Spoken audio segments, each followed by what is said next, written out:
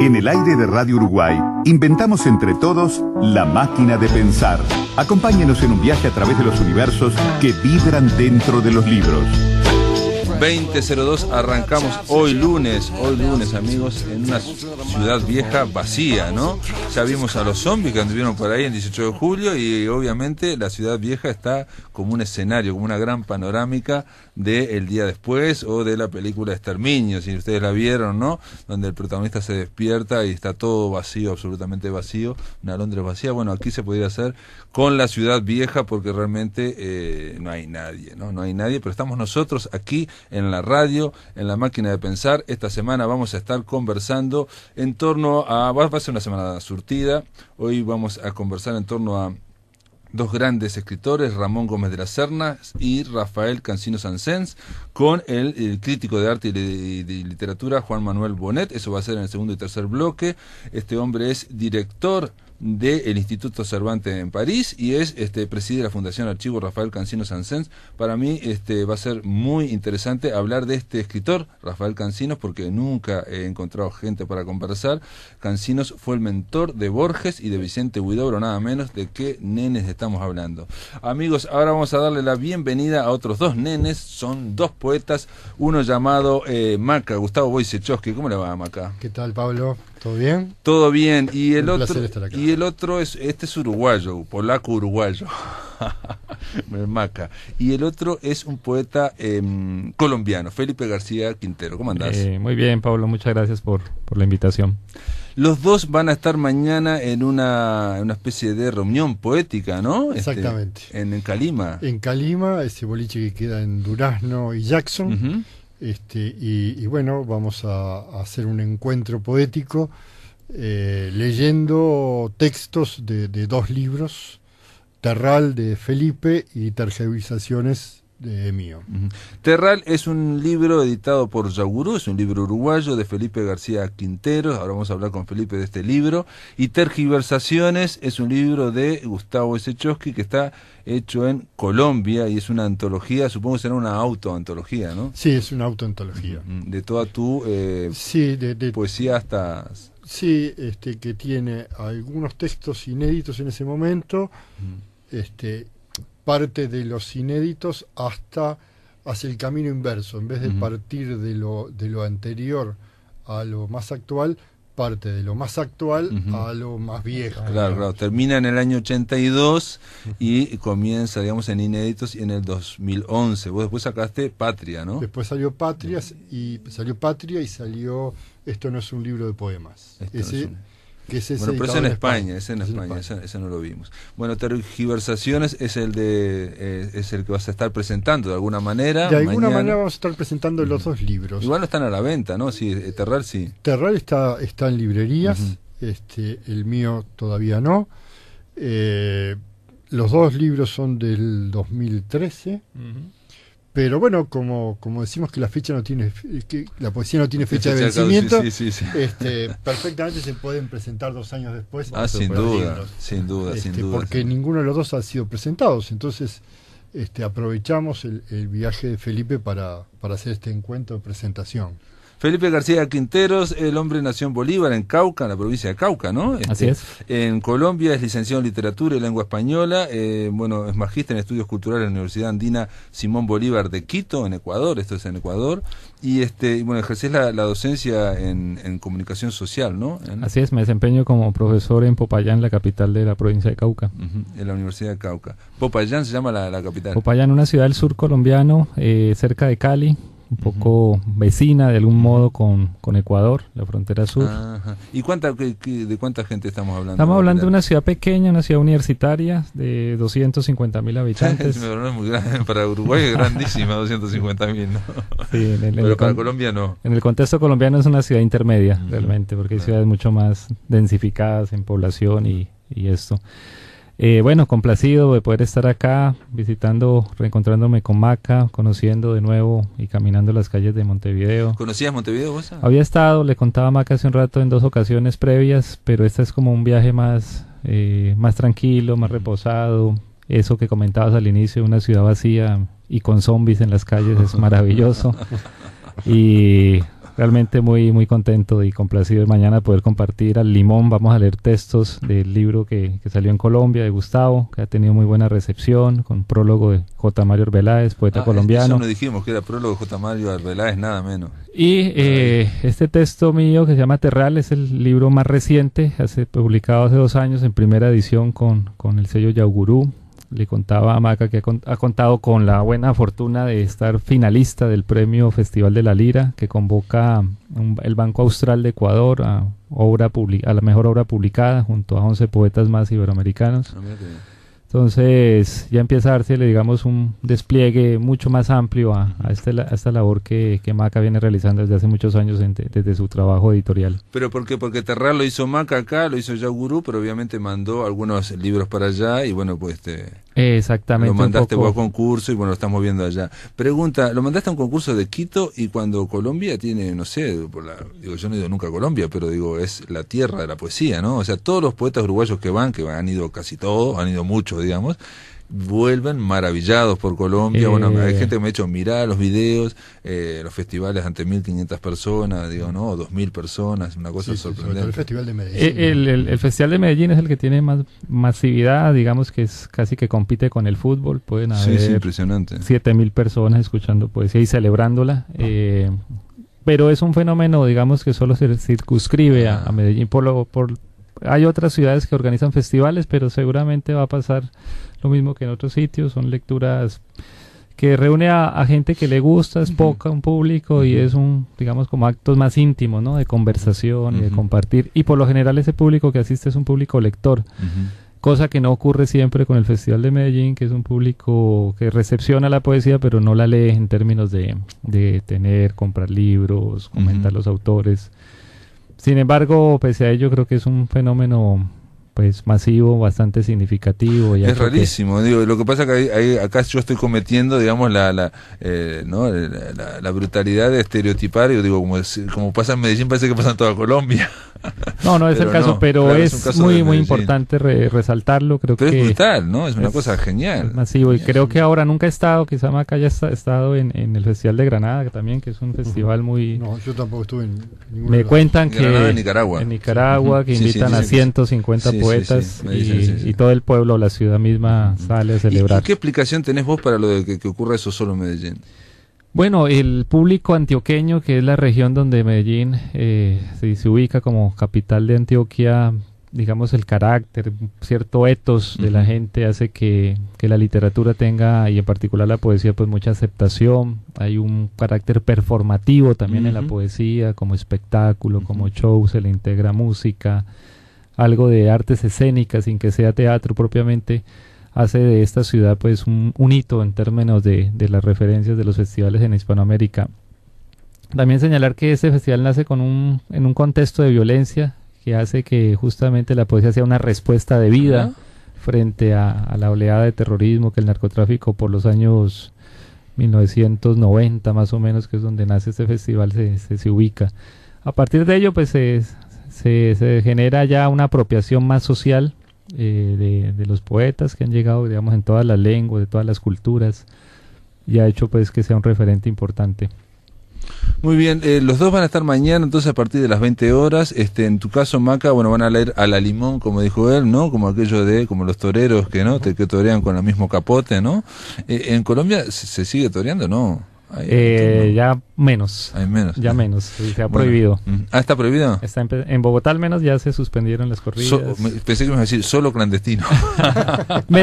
Manizales, que es una ciudad, la capital taurina, ellos sí continúan con el espectáculo, y Cali también.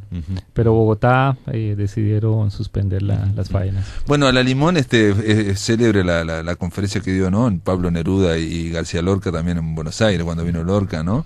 Que uno hablaba y el otro se sentaba y el otro seguía hablando, ¿no? El mismo discurso, ¿no? De cada uno en la punta, ¿no? Entonces, con lo cual uno se imagina a todo el mundo mirando para un lado para el otro.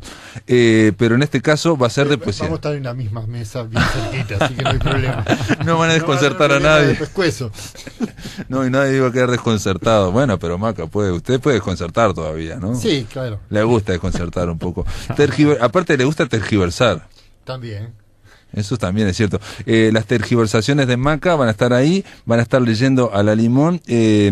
¿podemos compartir algo ahora para hacer una probada, digamos, para saber de qué estamos hablando? La poesía de Felipe García Quintero, después vamos a hablar más digamos, vamos a hacer otra nota para conversar en torno a una poética que me llamó mucho la atención, por la sencillez y la cristalinidad, la transparencia, la fuerza que tiene, y bueno, y tergiversaciones, Maca, digo, porque aparte son dos poéticas bastante disímiles, ¿no? Son distintas. Dos propuestas muy disímiles. Pero como veníamos conversando, en la cultura y precisamente en la poesía, nada es excluyente, no tiene por qué ser excluyente, ¿no? Sí. Te puede gustar un poeta neoclásico, un vanguardista, un neobarroco, o un haiku. Sí. O un poeta urbano o un poeta rural, por Totalmente. ejemplo. Y justo esos contrastes son los que llaman la atención porque es, digamos, un mundo plural, muy diverso, y preocupante sería que todos dijéramos y escribiéramos lo mismas cosas, ¿no? Pero en el caso de García Quintero, de Felipe, está jugado como una especie de sencillez, que es una especie de tour de force, ¿no? Porque hay que mantener esa sencillez, ¿no? Porque comenzarla es fácil, pero mantenerla sí, es verdad. no es tan fácil. Sí. Mira, este es un libro que intenta como devolver la mirada al mundo natural, un poco el asombro que con los años se pierde y se aleja uno de la infancia. De todas formas, me pareció también en tu poesía que había una cuestión oral también, ¿no? De hablar o de recordar, ¿no? Sí, que en algún momento, después hablamos, pero me hizo acordar, no por la forma, ¿no? A Vallejo, cuando Vallejo habla de la madre, del padre, del abuelo, no sé qué, del hermano, esa cuestión muy como cotidiana. Vallejo es otra propuesta mucho más por supuesto diferente. Sí, hay algo de eso en términos de lo confesional, ¿no? Un poco del carácter íntimo que este libro guarda. Bueno, a ver, ¿nos puedes leer algo, Felipe? Bueno, vamos a leer un poema que se llama La Mañana. Nada ahora parece ocurrir. El alto cielo, el agua insomne, la piedra quieta. Nadie en cuanto habla, ni tan siquiera esta huella que tantos pasos lleva. Sombras de la hierba, hebras del viento en torno, guijarros todos de la lengua absuelta. El que mira cerrar sus ojos y ve crecer la distancia, la arena. El aire allega a la montaña, a sus talas inciertas. Tiene algo también como de haiku, ¿no? Medio, ¿no? De una cuestión de medio, ¿no? ¿Qué te parece a vos? Sí, en cuanto a ver la naturaleza el tono de tranquilidad, ¿no? Y de cierta después revelación. Medida, pausada, que también la poesía japonesa lo tiene. Y el contacto con la naturaleza. La naturaleza, también. claro. Y el tema ese de al final hay una pequeña, ¿no? Siempre hay una pequeña apertura, ¿no? Se pueda incluir el universo, capaz. ¿Y usted qué nos va a leer, Boiso Chocho? Y bueno, vamos a leer uno viejo. Va a seguir tergiversando. Uno viejo. El último del libro. Si mal no recuerdo, hubo un tiempo en que fui ángel. Andaba noche y día con mis sandalias. No sé si en ese tiempo estaba preocupado por una muchacha o por su ausencia. Lo cierto es que tuve que invertir mi espalda por algo de comer. Mi espalda en esos menesteres creció tanto que ya no hubo lugar para mis alas. Me quedé en la tierra, apoyé las sandalias para ver con ojos de ángel a las muchachas, día y noche. Muy bien, Maca, no conocía ese poema, ¿no? Digo, la verdad que para la pensión de animales, ¿no? Para el ángel borracho la pensión de animales servía bárbaro, ¿no? Es de los primeros, ¿no? Del primer libro. En Ajenación. Ah, sí, yo lo tengo ese libro, pero se ve que no me acordaba.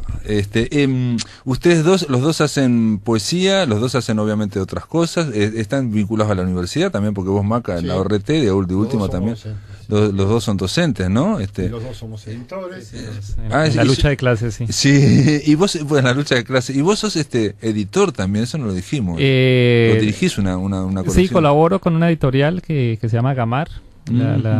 Pero no está vinculado con la universidad ni nada. No, digamos un proyecto independiente, como ocurre en muchas partes. Digamos la edición de poesía es un género y un trabajo arduo, y buscamos, digamos, divulgar y contribuir a la difusión de poesía latinoamericana en este catálogo, en el cual pues Maca representa a Uruguay.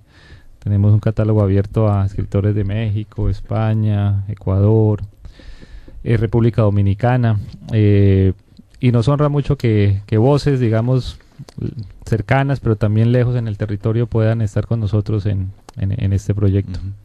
Pero una pregunta, pero así rapidísimo. ¿Qué significa para vos Uruguay, esta esquina, digamos, del Río de la Plata? Digo, para Colombia también, desde el punto de vista de la poesía. Mirá que en medio minuto. No, wow. Porque viste que para nosotros Colombia, bueno, García Márquez... Bueno, toda Colombia es Gardel, ¿no? Uruguay es, digamos, es Gardel, es el tango, tiene que ver con estos mundos de la música, y personalmente siento una conexión muy muy fuerte con respecto de lo que significa el mar, el río. Me asombra y me maravilla las distancias cortas y la posibilidad de recorrer un país en un día, ir y volver frente a otros que toma mucho más tiempo hacerlo. Y digamos que me nutro mucho de eso visualmente, ¿no? Para lo que pienso y siento frente al mundo. Frente a Colombia, que aparte que es como un país con muchos países adentro, ¿no? De muchas regiones, ¿no? Sobre todo por la diversidad de geográfica, de gente, lenguas, en fin. Muy bien, amigos, están presentados Gustavo Wojciechowski, Maca, y Felipe García Quintero. Mañana, a partir de las 20 horas, van a estar en Calima Boliche, en Durazno y Jackson, ya saben, Calima donde está, a partir de las 20 horas, y van a estar presentando estos dos libros. Un libro colombiano de un poeta uruguayo y un libro uruguayo de un poeta colombiano. Wojciechowski y García Quintero. Gracias, amigos, por estar aquí en La Máquina de Pensar. Pablo, muy amable. En el aire de Radio Uruguay, La Máquina de Pensar.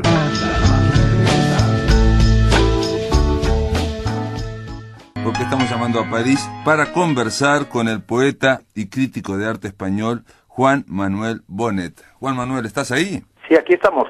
Juan, ¿cómo estás? ¿Estás bien? ¿Cómo está París ahora? Está caluroso, vamos, un poco.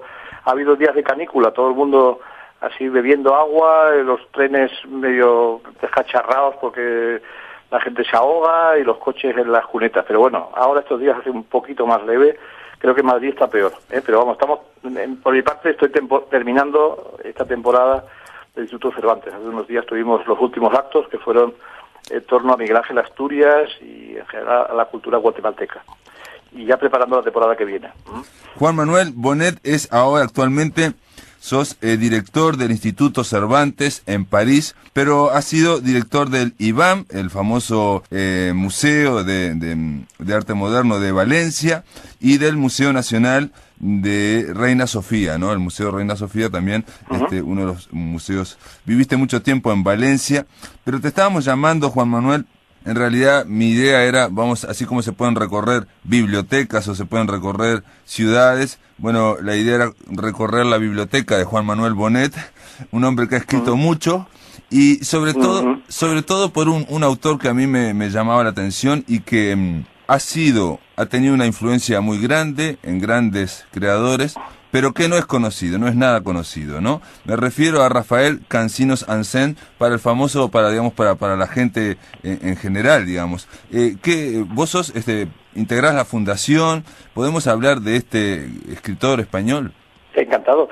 Yo, Rafael Cansinos Ansén, bueno, es un escritor sevillano que viajó poquísimo, viajó casi tan poco como Julio Verne. En su caso, pues de Sevilla se fue a Madrid y ya no salió prácticamente nunca de Madrid. Vivía al lado del viaducto de la calle de Segovia, en la Molería.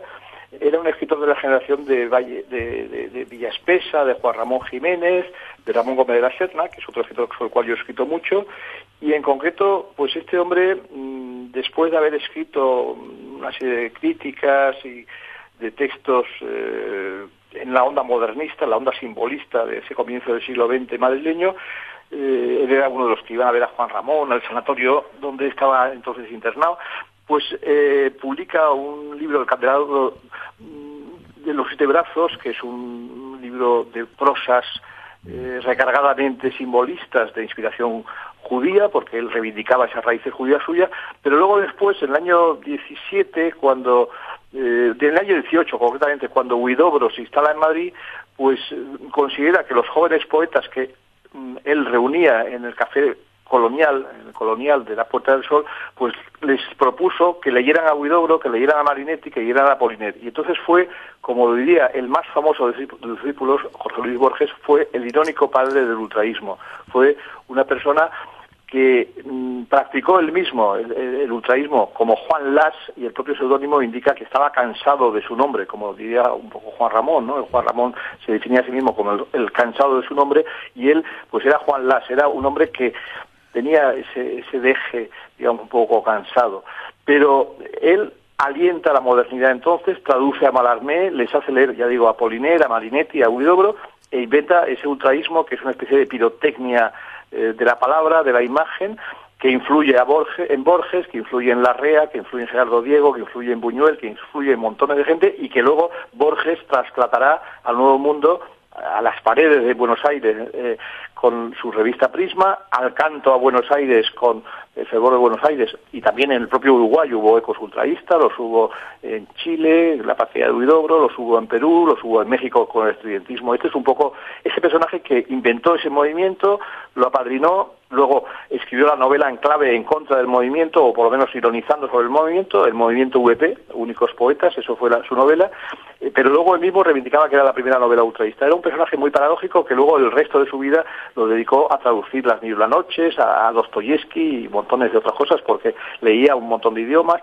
y luego escribió un diario que convirtió luego en unas memorias que ha publicado su hijo. Yo presido la fundación que ha fundado su hijo al respecto. A mí me llama la atención varias cosas. Una, que Rafael Cansinos Ansens, Jorge Luis Borges, alguien que ya todos conocemos y que ha sido a veces muy irónico, o a veces con muchos escritores españoles. Con Antonio Machado, sin ir con Lorca. Pero Manuel tenía un hermano, ¿os acordáis de esa frase, no? Por ejemplo, tremenda. Y muchos otros. Y en cambio con Cansinos efectivamente tuvo siempre un enorme fervor hacia él. Ya en su segundo libro, Luna de Enfrente, hay un precioso poema sobre el viaducto dedicado a Cansinos. Ya en Inquisiciones, su primer libro de ensayos, hay un texto en el cual habla de la rivalidad Ramón Gómez de la Serna-Cansinos, y es más favorable a Cansinos que a Ramón. Es decir, y cuando Borges volvió a Madrid bastantes años después, muy poco antes de la muerte de Cansinos, a comienzos de los 60, la primera persona por la que preguntó fue por Cansinos. O sea, y luego ha seguido devotamente pues escribiendo sobre las Mil y una Noches de Cansinos, escribiendo un prólogo a petición del hijo de Cansinos para la reedición del Candelabro. Es decir, o sea, es una devoción constante, y yo creo que Cansinos casi hay momentos en que puede parecerle a alguien que es un invento de Borges, ¿no? Casi. Sí, algo similar, o digamos a otra medida, ocurría cuando Borges reivindicaba como su maestro a Macedonio Fernández, también un escritor muy poco conocido y muy de culto. En el caso, como que Borges, alguien que bueno siempre rehuyó definirse claramente, digamos, en el sentido que trataba de, precisamente esto que estás contando vos, de por un lado estar vinculado a las vanguardias, después desvincularse absolutamente, y sin embargo, digamos, reivindicaba como sus maestros en España Rafael Cansinos Ansens, y en Argentina Macedonio Fernández, que bueno, ha evolucionado y su reconocimiento ha sido muy importante. Una sola pregunta que me llama la atención de este misterioso escritor Rafael Cansinos Ansens, es que por un lado yo te escucho y he leído, y es alguien muy vinculado a lo último, a la novedad, y generó eso del ultraísmo, que de alguna forma era la unión de todas, o la síntesis. Más allá de los sismos, la síntesis, el cóctel de los sismos. Y sin embargo, estamos con alguien tan, digamos, en la última hora, en la última novedad, y sin embargo en un momento da un giro, empieza a estudiar hebreo, empieza con las Mil y una Noches, empieza a dedicarse exclusivamente al pasado. Sí, Cansinos es un hombre que escribía una prosa en principio simbolista, podríamos decir que recargada en el Candelabro y en otros libros. Tiene unas visiones preciosas de Madrid en La Huelga de los Poetas y en otros textos. Luego escribe lo mejor de la prosa ultraísta en esa novela, que es una ironía sobre ese movimiento del cual ya descreía. alienta luego escritores de corte social, como Ramón J. Sender, como César Arconada, que fue un escritor comunista.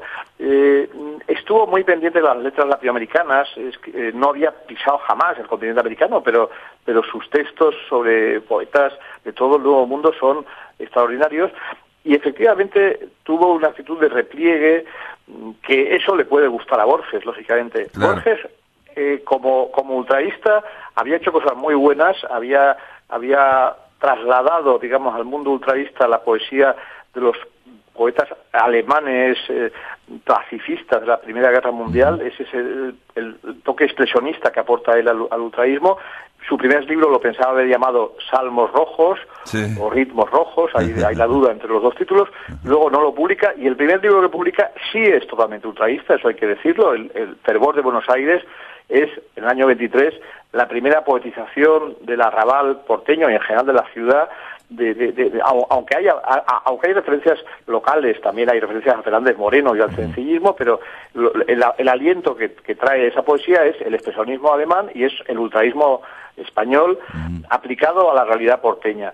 Y en ese libro es ultraísta. Luego lo que pasa es que descree de todo, sí, rompe con ese pasado, y entonces se va a buscar, pues precisamente en ese maestro suyo que le había llevado al ultraísmo, pero luego había descreído el ultraísmo, pues ya tiene una figura de referencia. Y luego, bueno, a ser la inmensa cultura literaria de Borges, es mayor, por supuesto, que la de Cansinos, pero no deja de ser significativo, digamos, que admire a un escritor que está traduciendo Las Mil Noches, que está traduciendo a Dostoyevsky, que traduce montones de otras cosas, que vive esa dimensión de lo judío. De la correspondencia que conservamos en la Fundación es inmensa en ese mundo judío. Yo la he tocado menos, pero merecería la pena verse pues la cantidad de corresponsales que tenía por toda la diáspora sefardí, que es una diáspora que hoy en día está muy de actualidad, porque España va a concederle la nacionalidad a esos expulsados en la época de los Reyes Católicos, y el Instituto Cervantes va a ser el que certifique el carácter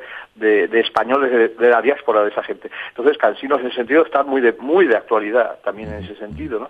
Pero yo creo que en cualquier caso la figura de Borges es la de un vanguardista que luego dejó de serlo y a la vez mantuvo lazos, digamos, con ese pasado, aunque reescribió Fervor de Buenos Aires, pero el primitivo Fervor es absolutamente maravilloso y es plenamente ultraísta. Es decir, que Borges asimiló muchísimas de las cosas de esa modernidad, de la cual luego descreyó en compañía de Bioy Casares, haciendo esos cuentos, esos relatos tan increíbles de las crónicas de Busto Domecq, donde caricaturiza pues escritores que tienen libros redondos, ¿no? O que hacen esculturas de aire, en fin. Todo esto también lo había hecho Cansinos, porque Cansinos en el movimiento VP hay un personaje que se llama Sofinka Modernuska, que es un trasunto de Sonia Delaunay, la pintora francesa, ruso-francesa, vamos, que vivía entonces en Madrid, como su marido, Robert Delaunay, y Sofinka Modernuska, que la auténtica Sonia Delaunay lo que hacía era telas modernas, sombrillas japonesas, libros con iluminaciones simultaneístas, hacía un arte incorporado a la cotidianidad. Pues Cansinos la convierte en Sofinka Modernuska, ya digo, que hace trajes de papel de periódico y esculturas de chocolate, ¿no? Entonces son bromas que son totalmente un precedente de las bromas de Busto Domecq, o sea, es decir, de Bioy y Borges caricaturizando la vanguardia, ¿no?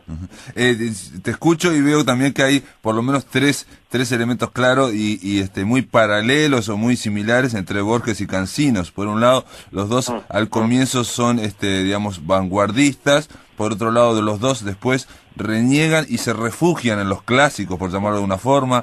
Borges decía una frase que siempre me llamó la atención, que decía: la novedad hay que buscarla en los clásicos. Y en tercer lugar, que fue mucho más fuerte para Cansinos, es que Rafael Cansinos Ancén, en una España que obviamente no era pro judía, sino todo lo contrario, él se reivindica su raíz judía, hebrea, y se pone a tratar de eso fue muy interesante en el caso de Cansinos. No, y en el caso de Borges, en el caso de Borges quería decir que aquí en Argentina, que también, digamos, no había a veces, había bastante antisemitismo a veces, él reivindicaba el Borges Acevedo como que venía de los portugueses y que venía de los judíos también. Sí, bueno, y en el caso de Cansinos, él estuvo implicado en las campañas de Ángel Pulido, el doctor Pulido, que fue un hombre muy, muy activo en esta causa y que fue un hombre que en la época más de auge de Cansinos, pues consiguió precisamente que las autoridades españolas, el gobierno de Alfonso XIII, en los años 20, que era la dictadura de Primo de Rivera, no fue una dictadura similar a la de Franco, fue una dictadura mucho más blanda, digamos, podríamos decir, comparativamente hoy en día. Bueno, pues Primo de Rivera en esos años, que era el gobernante que dio un golpe y que bueno era el primer ministro autodesignado de Alfonso XIII, propuso la nacionalidad española a esos sefardíes y se hizo una campaña del gobierno español de esos años que fue muy importante, porque gente que tenía esos pasaportes de los años 20 concedidos en ese momento de auge de esa campaña de Cansinos y de Pulido, pues resulta que durante la Segunda Guerra Mundial algunas gentes, gracias a esos pasaportes, sobrevivieron al Holocausto. Y además ciertos diplomáticos españoles, sobre todo en el este de Europa, en Budapest en concreto, siendo diplomáticos del gobierno de Franco, lógicamente, que era el gobierno que había en ese momento, pero protegieron a Ángel Sanz-Briz, un diplomático al cual hemos dedicado un acto en el Cervantes de París, protegió a muchísimos judíos húngaros y hoy es justo de Tres Naciones, designado por Israel, y lo mismo Romero Radigales en Salónica, ¿no? Fue muy, muy importante. Y estas gentes tenían unos pasaportes que les habían sido otorgados en los años 20 por ese gobierno, ¿no? Entonces, bueno, esto es interesante y esto liga también con lo que te comentaba antes de la actual ley que va a entrar en vigor en octubre, por la cual miles de sefarditas, los hay también en el Río de la Plata, los hay en Venezuela, y los hay en Turquía, los hay en Israel, los hay en Francia. Hoy mismo alguien me decía que aquí había realmente muchos casos de gente que se van a presentar a esto, pues van a recuperar la nacionalidad que perdieron en la época de los Reyes Católicos, ¿no? Yo creo que es una reparación hermosa y es hermoso que este escritor modernista y luego vanguardista pues también está metido en estas áreas o en estas aguas, ¿no? Es extraordinario porque de alguna forma, bueno, Sefarad es España en idioma hebreo, ¿no? Sí, bueno. Hoy hablaba con la persona que se ocupa del consulado nuestro aquí en París de esto, porque estamos coordinando un poco la acción, y él decía que la mayor parte de estas gentes que acuden al consulado, él ha recibido ya 200, pues están hablando de que realmente su patria es España. O sea, y su patria que realmente, bueno, es la famosa historia de la llave de Toledo, en fin, todo ese tipo de simbólicas, ¿no? Y bueno, pues es hermoso y es una dimensión en la cual de repente también nos encontramos a Cansinos, ¿no? Impresionante, con Rafael. Antes te mencionaba a Ramón Gómez de la Serna, que es alguien que vivió en, Juan Manuel, en Buenos Aires. Sí, te voy a pedir, Juan Manuel, vamos al próximo bloque y ahí hablamos de Ramón y me gustaría hablar también de Vicente Huidobro, todos gentes que de alguna forma estuvieron vinculados a Rafael Cansinos Sansens. Amigos, estamos conversando aquí en La Máquina de Pensar, estamos del otro lado, allá en París, está Juan Manuel Bonet. Después de la pausa seguimos conversando aquí en La Máquina de Pensar. En el aire de Radio Uruguay, La Máquina de Pensar. Seguimos en La Máquina de Pensar. En el bloque anterior les decía, estamos conversando con el crítico, el escritor, el poeta, director del Museo Reina Sofía en su momento, ahora actual director del Instituto Cervantes en París. Él se llama Juan Manuel Bonet y hablábamos de un escritor casi desconocido para nosotros, Rafael Cansinos Sansens, que fue el maestro de Borges. Este hombre solamente con 2 discípulos podía haber quedado muy bien. Uno de ellos, Vicente Huidobro, que vino y hizo el creacionismo, realmente fue el primer poeta del siglo XX, si se quiere, en Chile y en América probablemente, y el otro era Borges. Pero también tuvo un amigo llamado Ramón Gómez de la Serna. Sí, hablamos de que Ramón antes que de Huidobro, ¿no? Sí, dale. Sí. Bueno, pues Ramón Gómez de la Serna es el que realmente trajo las vanguardias a España. Fue el primero que empezó a darse cuenta de que hacía falta esa puesta al día de los relojes y entonces En concreto, pues estaba constantemente viajando entre París y Madrid, pasó largas temporadas en París, y en el año 1909, pues pocos meses después de que apareciera en el periódico parisiense El Figaro, sí, el manifiesto del futurismo de Marinetti, pues lo tradujo al español. Mira. Y un año después le encargó al propio Marinetti un texto para la revista donde había publicado el manifiesto, un texto ya específicamente español, en la revista Prometeo, que la pagaba su padre y la dirigía nominalmente su padre, pero la hacía él. Pues allí publicó una proclama futurista a los españoles de Marinetti. Ahí Marinetti proponía lo mismo que había propuesto en Italia. Si en Italia había que quemar Venecia o destruir Venecia o los museos o tal, pues aquí había que destruir la Catedral de Burgos y había que hacer pues la guerra y todas esas cosas que Marinetti proponía. El caso es que además de interesarse por Marinetti, Ramón se interesaba por el cubismo, ve las primeras cosas cubistas en París, es el primero que aquí en España empieza a hablar de Picasso. Cuando Picasso llega a Madrid en el año 17 le da un homenaje en Pombo, un café que ha fundado en el 15, es un café de la época, no ha fundado el café, ha fundado la tertulia. La tertulia, sí, la tertulia los famosa. sábados. Sí, sí. Y allí pues le da un homenaje a Picasso, que ha venido con los vales rusos, con su mujer de entonces, Olga Koklova, que es bailarina de los vales rusos. Han venido para pagar de Eric Satie, que se representa entonces en Madrid. Ramón en el año 15 monta la primera exposición cubista de Madrid, donde Diego Rivera es un éxito de escándalo lo que expone. Diego Rivera le pinta un retrato cubista fantástico que está en Buenos Aires ahora, en el Malva. Allí está, pertenece a esa colección. En el año 15 funda esa tertulia de Pombo los sábados en un café romántico, y en el año 15 también descubre la poética del rastro, de lo que sería en Montevideo el Tristán Narvaja, Sí. el sitio donde se compran las antigüedades. Y hace un libro que se llama El Rastro, que es una maravilla porque, entre otras cosas, es un precursor de la mirada de André Breton, también sobre los objetos, una década después. Pero él en el año 15 ya está metido en contar enormes extensiones de zapatos, de libros, de objetos, o de repente la aparición de un velero blanco que se inventa, que pasa por una calle del Rastro, ¿no? Entonces, ese es Ramón.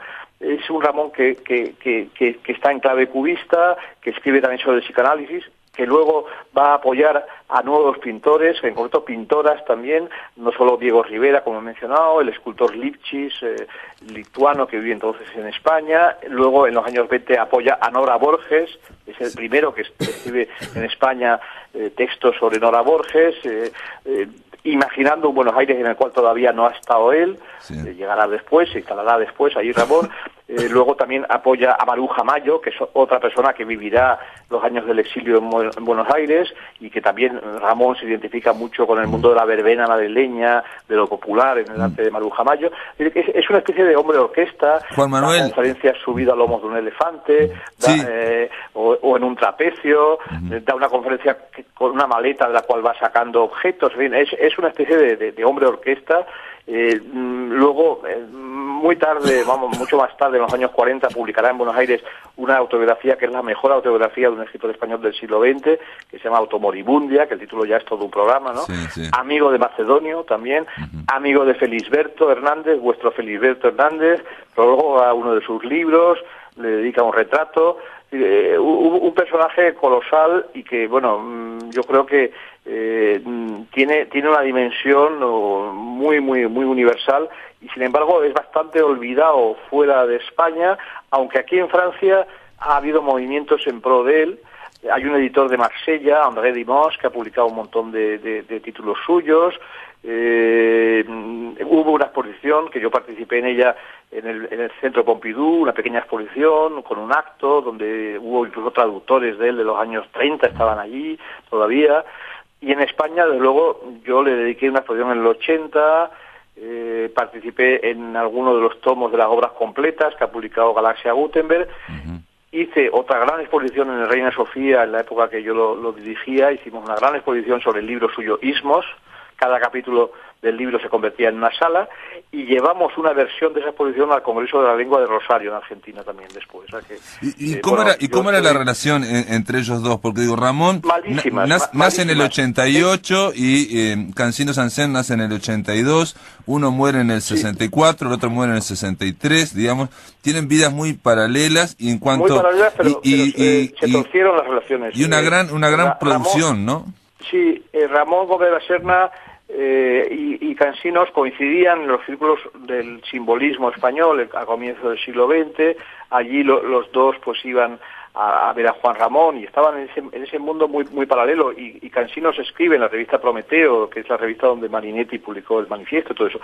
Luego después, cuando funda la tertulia de Pombo, entre los fundadores, igual que está Diego Rivera también, por ejemplo, pues está Cansinos. Pero luego después Ramón ve a Cansinos como alguien como que le traiciona, le reprocha no se sabe muy bien qué, y sobre todo él piensa que él llevaba ya desde el año 9 dando un poco la batalla por las vanguardias, y que claro, en el año 18 Cansinos proponga a unos jóvenes que iban también a Pombo, pues en otro café rival, pero al lado del Colonial, que diga que estos van a ser los modernos, pues él se considera el moderno antes que todos ellos.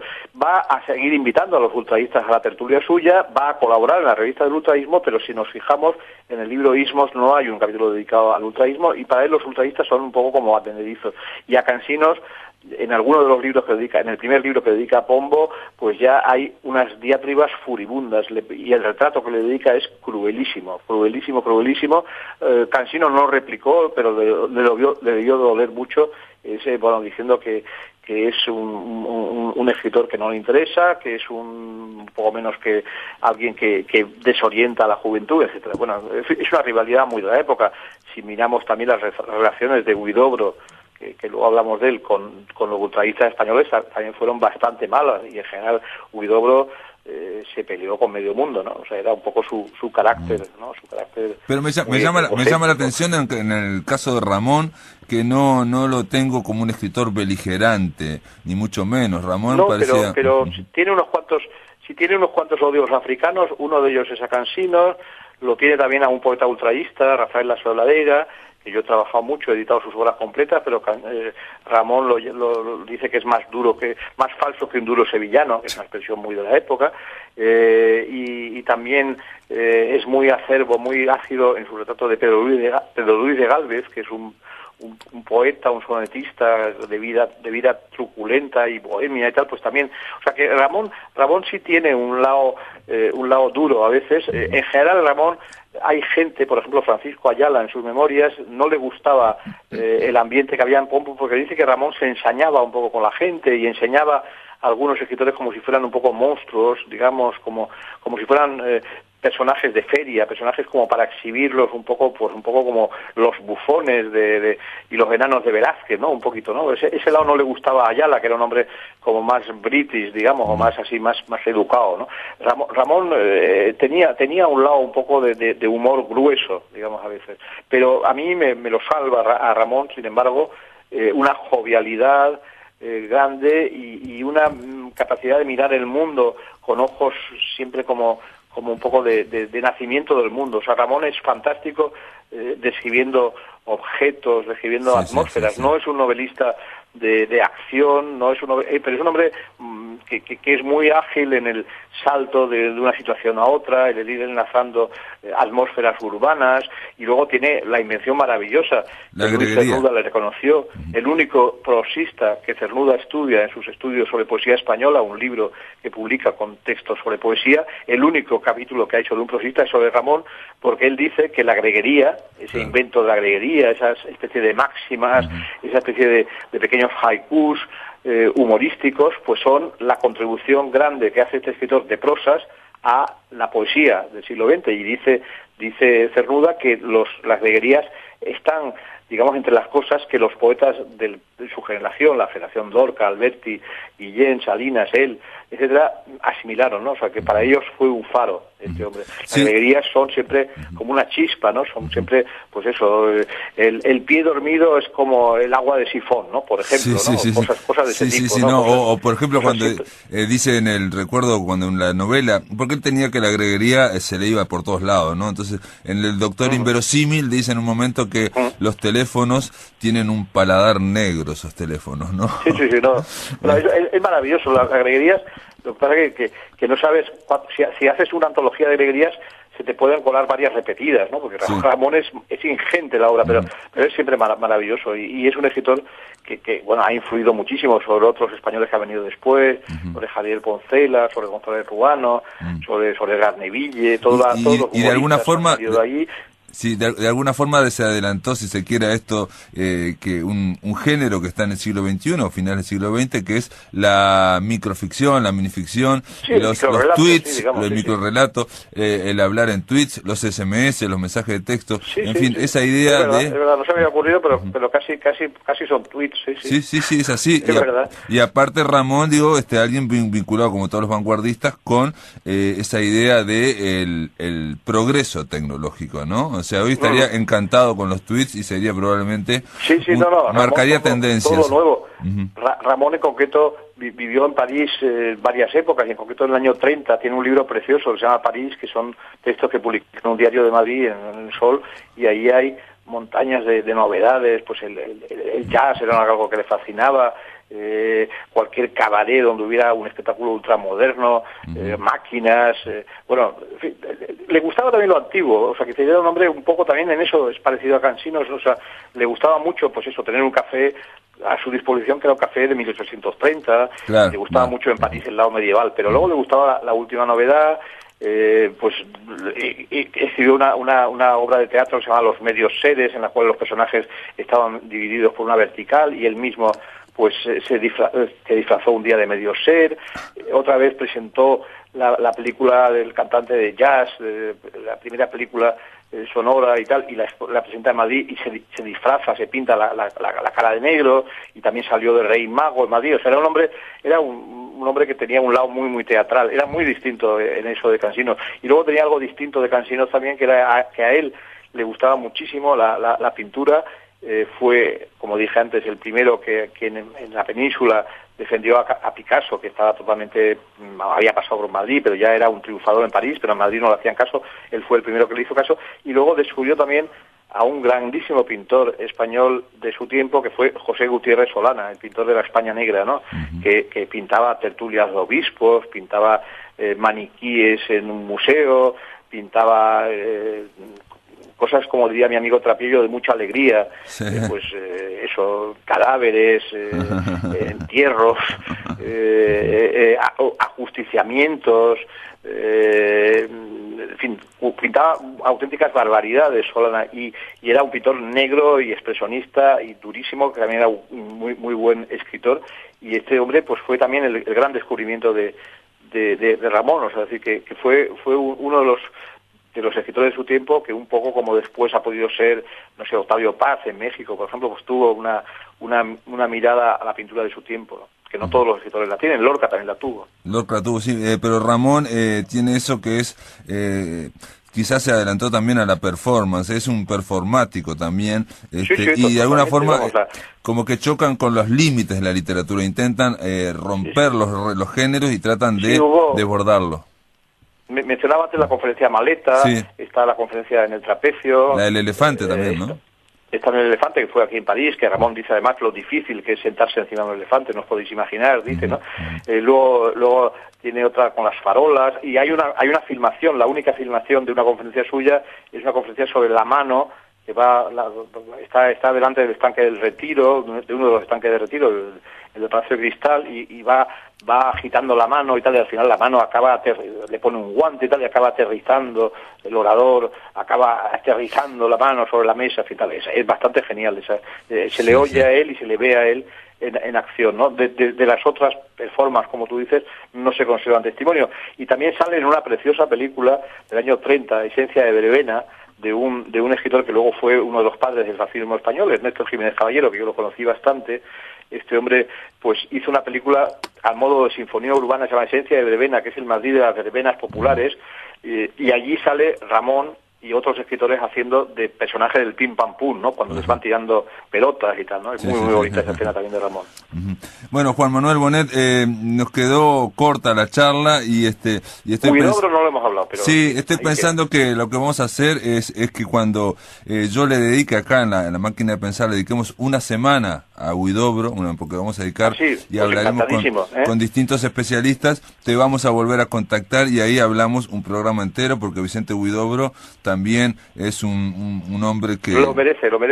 Es como dijo César González Ruano, el que se trajo las gallinas de la modernidad, escribiendo el primer libro que escribió un escritor de nuestro idioma moderno, que fue Horizon Carré, y lo escribió en francés. Pero lo hablamos entonces. No, y alguien que después también hizo guiones de cine, hizo muchas cosas más. Sí, bueno, no, y ese sí que estaba al lado de Delaunay, de Arp, de Juan Gris, en fin, bueno, estaba rodeado de pintores, un hombre dificilísimo, también de carácter, pero fundamental absolutamente, y que yo estoy intentando aquí en París hacer algo por él, pero es complicado, los franceses se han olvidado también un poco de él, en fin, podemos hablar de todo eso. Bueno, Juan Manuel Bonet, es un placer, gran placer conversar, oírte conversar, hablar contigo, y bueno, y sobre todo quiero agradecerte también, que gracias a ti pudimos hablar con Andrés Trapiello, y con nada. Mi amigo, sí, quedó muy contento, Andrés, de vuestra charla.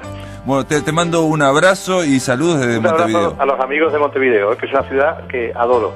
Amigos, se terminó La Máquina de Pensar. Esto es todo. Que pasen muy, pero muy bien.